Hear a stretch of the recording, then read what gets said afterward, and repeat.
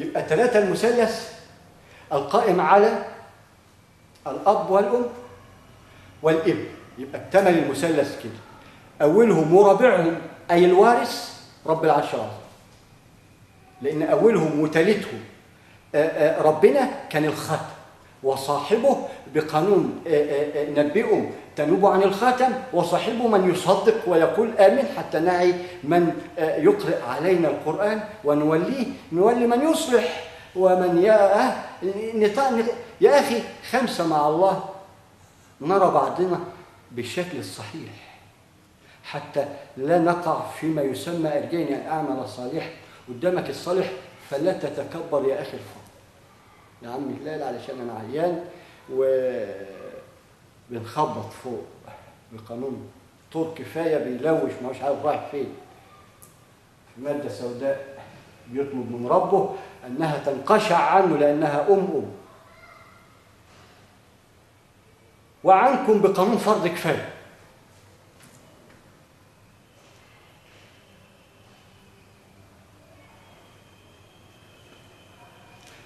يبقى 3 المثلث عرفناه. في الذرة زوجان الرزق زي ذرة النار أنجبوا الظل بدل مثلث في مثلث في مثلث. اتخذ مثلث أعظم استوى على الجدي، منه اتخذ مثلث حواء وآدم القائم على الروح والنفس والجسد، وشرحناها والله 3 3 3 9 حتى تعلم.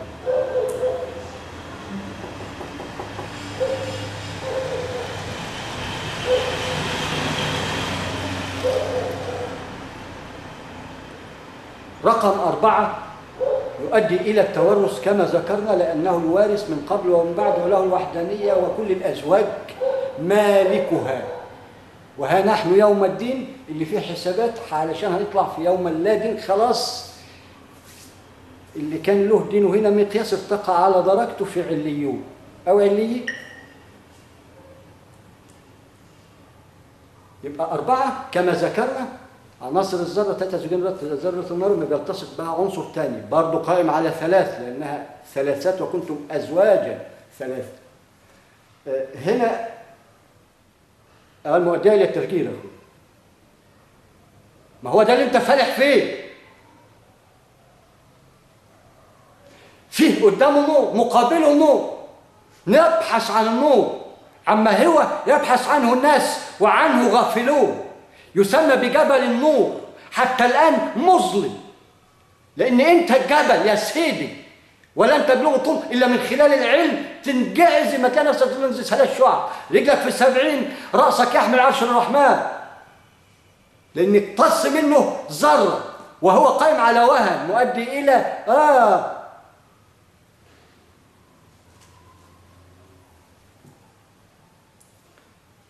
يبقى أداء 4 التورث. الذرة تلتصق بالأخرى، بتبدأ الذرة 3 ما بتلتصق بها رقم 1 يبقى ده 4. ده الذرة الحركية الآدمية كما ذكرناها. التورث في الميكنة البشرية الأب والأم أو الأزواج.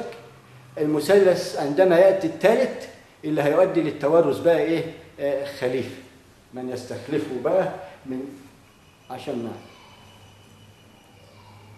يبقى ده رقم 4 ادانا تورث الازواج للازواج، حتى لا نعي ان احنا جينا روح وملائكه وارتقينا هذا الصور اللي شرحناه قبل كده الى ان 60 70 فوق 70 المثلث ده ونرتاح.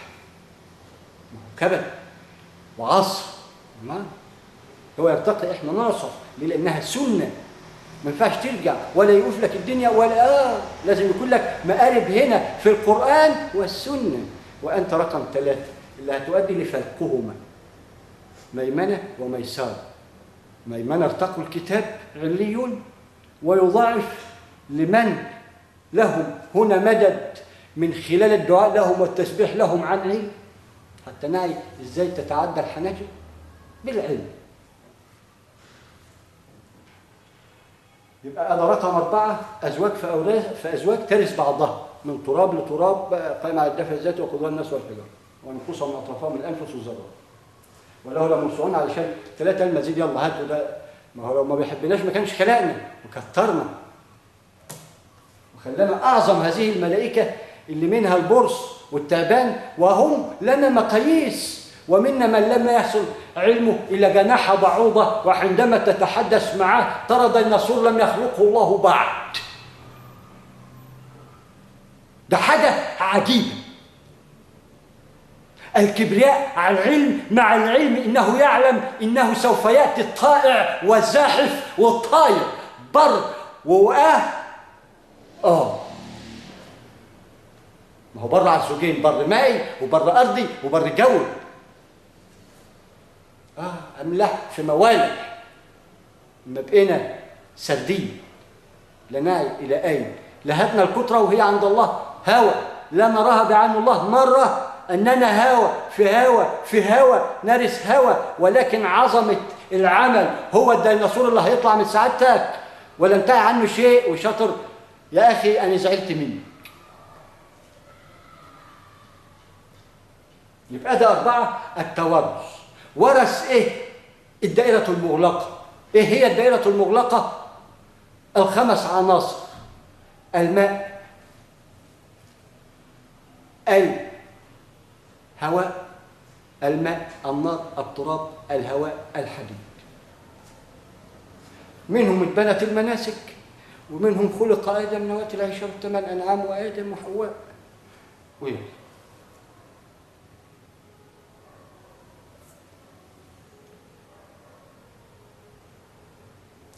يبقى ده الخمس، رقم 5 يشكل لنا حتى حلقة، حتى نخل خلي كلنا مقياس مخرجه الحته الصغيره دي، مش هتخرج الا من هنا. هلال عجيب جايبك من ساسك من رجلك الى انتهى مثلث 3 ذره لا يلمس الارض بمقياس يا اخي الى الهلال سقف دماغك ده يديك هلال مثلث عجيب له ابعاد عجيبه. بص لنفسك ومقاييسك وارقامك بتاع حاجات عظيمه، ترى انك خير ما خلق الله ايا كان وضعك وايا كان شكلك وايا كان علمك. ما هو رحمن رحيم. وضع الزوجين علشان نعدي من ابليس به اللي هيفصل بينهم. فهنا ما هو اله هواه وهنا اله ربه اللي وضع له معراج.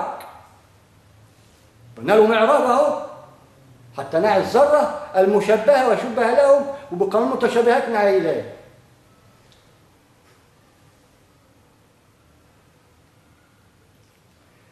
يبقى ادي ال5 عرفنا ان هي دايره مغلقه، نواة المناسك، مكونات الارض والقمر والشمس والنجم 4، منهم الماء والتراب والنار والهواء والنار، الماء والنار والتراب والهواء، الى ان يوصل مدار النجم يعود حديد يكتمل العنصر الخامس. إلا عندما اكتمل خاد من هذه الخماسية العظيمة شكل منها الدائرة المغلقة اللي هتحمل نواة 9 عشان يبقى أولاد 19 لا تشكل صفر، إن شئنا من الصفر. الأب واحد وهو الذرة بقى 10. إيه المؤدي لتوريثهم؟ الأم، حتى تعي أن الجنة تحت أقدامها عن مهلها.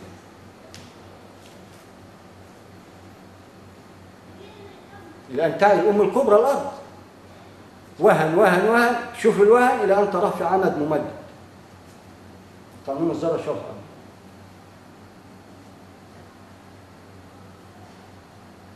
رقم 6 يدينا أول الأزواج على طول.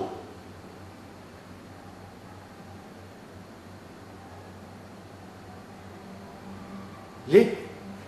لأن رقم 3 ادانا الذكر والأنثى والأب والأم، وخالق سبحانه وتعالى كده مثلث كامل، خالق لأزواج حتى تعي الوحدانية والفردانية.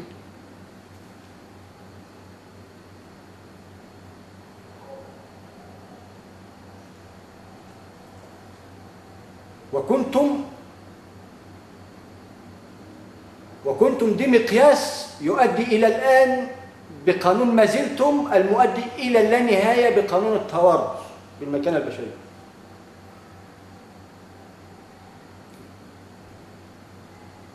يبقى 6 ادانا أول الأزواج أزواجا، ادانا رقم 2 بكلمة مصطلح أزواجا. 3 ادانا ان مفتاح هذين الزوجين رقم 3 المثلث اللي هيفتح التورث نهر الكوثر، اللي هيورث لاهله ويغني الكل، ولكن ما حدش داري. كل مفكر ان ربنا فقير ما عندوش. ليه؟ ما هو الوضع باين اهو.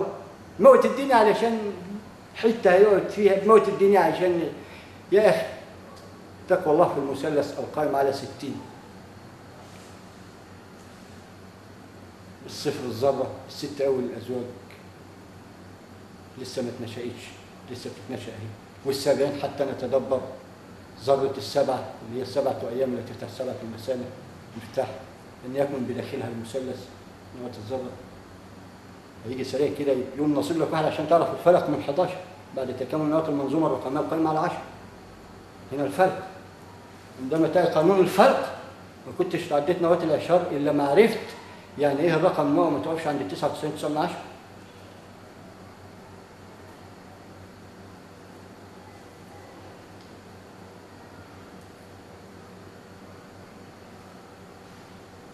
عرفنا رقم 6 وكنتم أزواجا 3.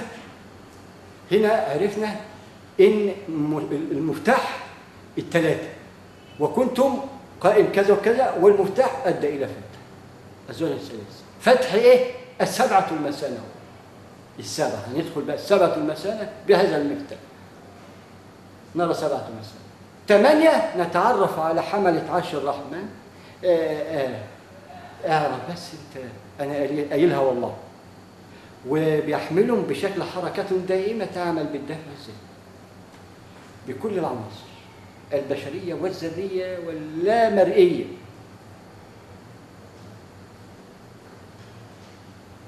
يبقى عرفنا 7 تحمل ما خلق منها من 8 أنعام المقياس زائد الذكر والأنثى.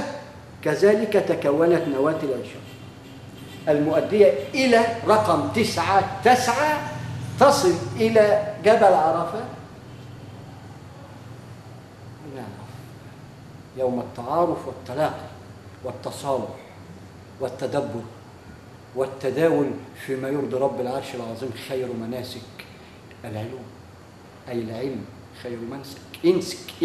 انسك تلاقي نواة المناسك الموضوعة دي بمقياس ذرة مؤدية إلى نسك ما لا عين رأت ولا أذن سمعت ولا خطر على قلب بشر بقانون فرض كفاية. انسك ما حدش فرق.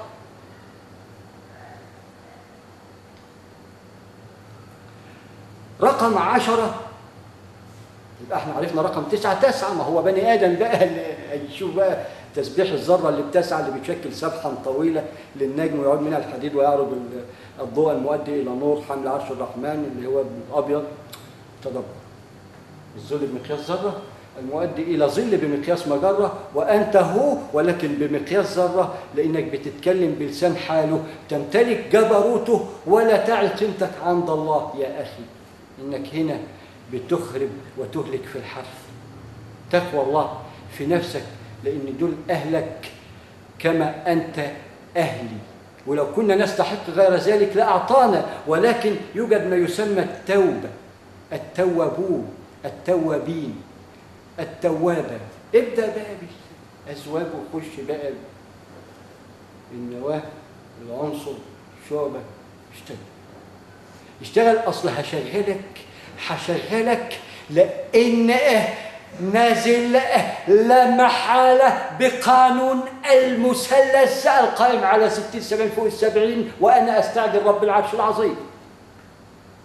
ولكن فيما يقال ويرى من خلال القول القائم على مقاييس حتى نذهب وهو راض عنا بقانون فرض كفاية لأننا نفس واحدة وأرى النفس قد ضلت وذهبت إلى الضلال المبين في الميسرة مرتدج الباب الميمنة وبقت زلابية. عندما يكون لك مقياس المثلث تعي ما تفعل وإلى أين وبكام، لأن أنت غالي قوي غاوي يا ولد، أنت غاوي. علشان كده أنا جبت لك رجال أعمال تتكلمك بالخليجي والألماني والسوري والهندي والعبري، لأن لم كل الديانات تصالحت الشعوب، ولكن ميزنا بالعلم، والعلم لا يحق له الكرسي، بل أن الصيحة القائمة على التصالح القائم على الطاولة المستديرة يتوحدها قانون الله تشكل رقم 10 لأنها بلا واحد، ولذلك العشار عطلت عندما فقدنا علمها، أنها توجد أمامنا في الحجيج القائم على المسلمة والمسيحية واليهودية أهل العشار،